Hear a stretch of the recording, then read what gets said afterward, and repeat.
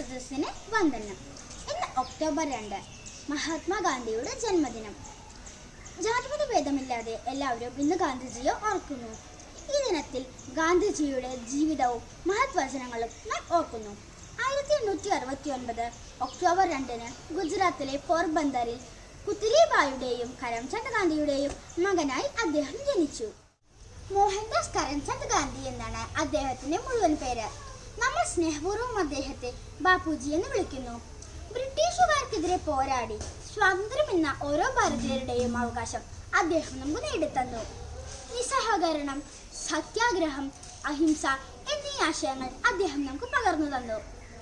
എൻ്റെ ജീവിതമാണ് എൻ്റെ സന്ദേശം എന്നായിരുന്നു അദ്ദേഹത്തിൻ്റെ വാക്കുകൾ.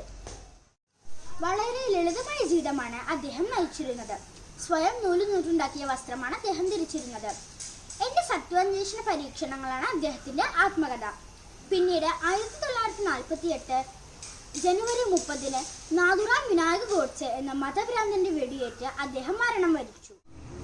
ഭാരതത്തിൽ ജനിച്ച് ലോകത്തിന് മുഴുവൻ പ്രകാശമായി തീർന്ന അദ്ദേഹം ഓരോ ഭാരതീയന്റെയും ആത്മാഭിമാനമാണ്.